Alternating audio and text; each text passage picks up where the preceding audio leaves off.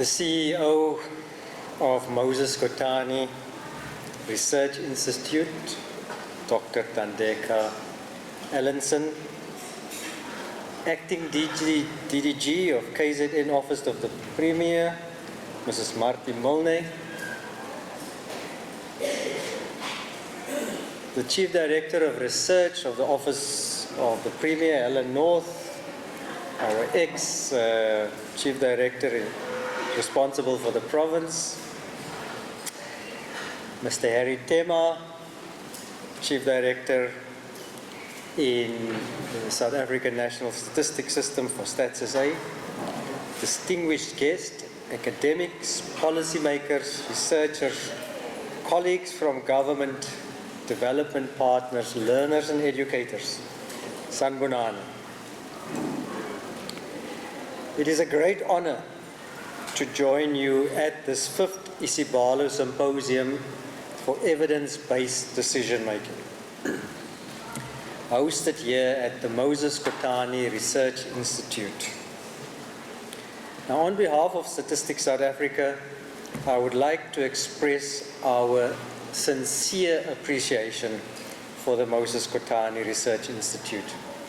You know, when things are going well, it's easy to be cool, but sometimes things don't go well, and we want to say very thank you and highly appreciated to the Moses Kotane Research Institute and all other partners that's involved in convening this important platform. Now, we've had a number of ISIBalo symposiums, and this symposium has established itself as an important meeting point between official statistics, academia, research, and policy practitioners. It creates a space where we can reflect collectively on how data and evidence can better inform decisions that shape our society, our economy, and the well-being of our people.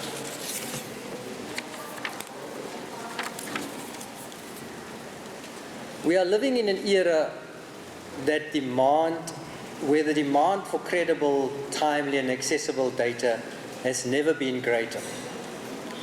Governments are expected to respond increasingly to complex developmental challenges, from economic transformation to inequality to climate change, migration, and public health issues.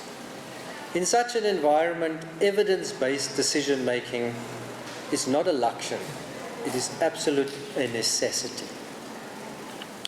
As the National Statistics Office, Statistics South Africa carries the constitutional mandate to produce and to coordinate official and other statistics, and this is to serve the public good. Our work supports planning, monitoring, and accountability across all spheres of government.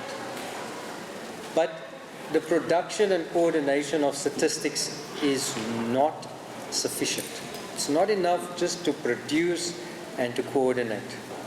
The real value of statistics is realized only when data are interpreted, debated, and used.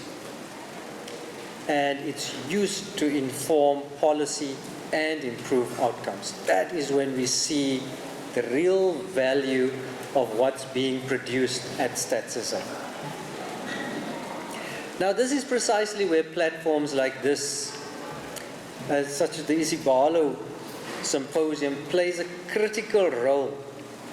As the theme for this symposium iterates, governing data, empowering policy, a symposium for data-driven decision-making in KwaZulu-Natal. A symposium for data-driven decision-making in KwaZulu-Natal. So that's what we're working for. Now, the symposium brings together researchers who integrate data, policymakers who translate evidence into action, and statisticians who continuously strive to improve the quality, and relevance of the information we produce. This collaboration strengthens the broader national data ecosystem and ensures that official statistics remain responsive to the needs of society, which links directly to our vision, which is improving lives through data ecosystems. Now things are changing. I mean, we've collected data through surveys and censuses, but there's now a new context where artificial intelligence, AI, and advanced data science plays a role, and it's starting to transform how statistical evidence can be created and used. Increasingly, statistical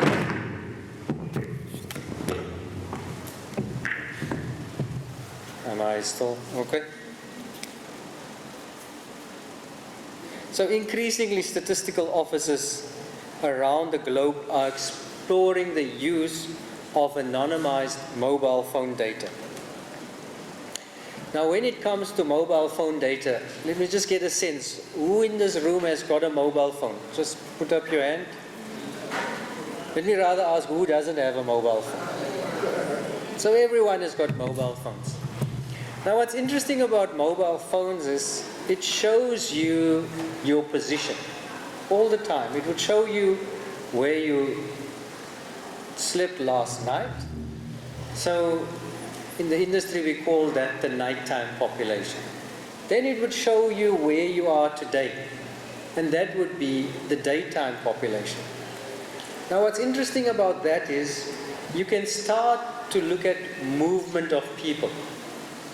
You can look at commuter patterns. Interestingly, in some countries like Ghana, every quarter they do the district population. Now imagine that in South Africa. We are currently, together with the CSIR, investigating as to whether we can use mobile phone data to count how many people there are in South Africa. Imagine every year we can have a count of how many people there are. We just need an algorithm to see how many people have got 2 phones, how many children doesn't have phones, and then compare that. And then much more regularly than every 10 years, we could bring that up. So that's where statistics is moving. So by applying AI techniques to large volumes of aggregated cell phone data, it becomes then possible to give us near real-time insights. And this will complement the existing census data and survey data that we produce on an annual, quarterly, and every 10 years for the census. Similarly, you've got sensors and satellite-based data. Now, when you combine sensors and satellite-based data with machine learning, then it can assist you to measure phenomena like environmental and economic activity. In the UK, they've got a sensor on every ship. Okay, not a lot of ships are moving now around Iran, but in the UK, many ships are still moving. And they've got sensors on each of these ships. And they use that as a proxy for the economy. So we need to think which other ways can we count to measure economic and environmental activity. So you've got sensors and remote sensing technologies, and these can help to monitor agricultural conditions. You can use drones to monitor what's happening in the agricultural sector. But you can monitor things like water resources, but also urban development. I mean, it's very expensive to go out and constantly check how informal settlements are moving or not moving. And you can use this technology for that. So this technology provides us with valuable information that supports planning, can make sure we are prepared in the case of a disaster, Now, these innovations allow statistical systems to supplement traditional collection methods with a high frequency and spatially detailed evidence.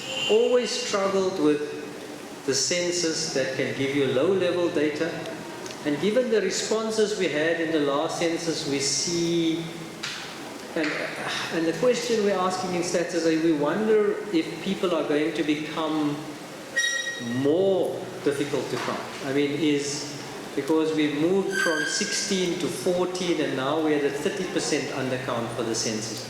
So I'm wondering if it's coming down or if it's just going up. Are people going to become, the international trend is people are more aware of their privacy and are starting to refuse more in terms of censuses. I mean, in South Africa, we've always got the issue of crime, that's very difficult for us. But as people are becoming more literate, they're refusing for other reasons as well. So as we're sitting here, as we're debating, we need to think, how are we going to supplement the data and how are we going to interpret what we've got? Now, within our current strategic framework, Statistics South Africa is committed to strengthening the integration of data sources, including admin data, survey data, and other emerging data streams. At the same time, we remain firmly committed to protecting data privacy, confidentiality, and the ethical use of information. As soon as you start talking about cell phone data or sensors, you need to be sensitive to privacy and people's needs around confidentiality.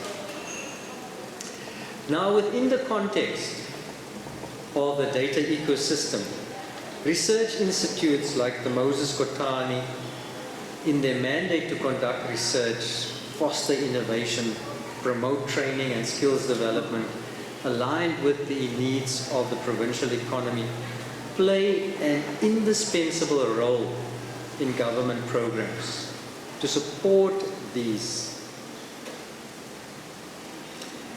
Now, in this regard, the ISIBalo Symposium is more than a conference. It is part of a broader effort to build a culture within South Africa's policy environment. It encourages rigorous debate, strengthens partnerships, and ultimately contributes to better decision making. There was a time when we would invite the Office of the Premier to our activities. Helen, you would remember maybe in Symposium 1 or 2. Nowadays, we don't invite the Office of the Premier anymore. The Office of the Premier is inviting us to our symposium. So we are now partners in the symposium. So Marty, it is much more different now to have this. And it really warms my heart to say we are not inviting people anymore. We are now partners in this collaboration. And this is how you evolve the data ecosystem over time. Now, as we begin with this 5th edition of the symposium, I would encourage participants to engage openly, challenge assumptions. I mean, no one, we into new areas and new territory. So challenge the assumptions that's being made. See how do we strengthen this data ecosystem. We need to explore new approaches to using data in statistics in the developmental challenges that's there. The insights generated here have the potential to inform both the policy, the discourse, and statistical innovation. If someone comes up with a new idea, you can potentially influence the way we produce and collect statistics in the future. Now allow me once again to thank the organizers, partners, and participants for their commitment to advancing evidence-based decision making. I wish you all a productive and intellectually stimulating symposium. Namukele kile kule symposium Yesuslan. You are welcome to the 5th symposium. Ngiyabonga.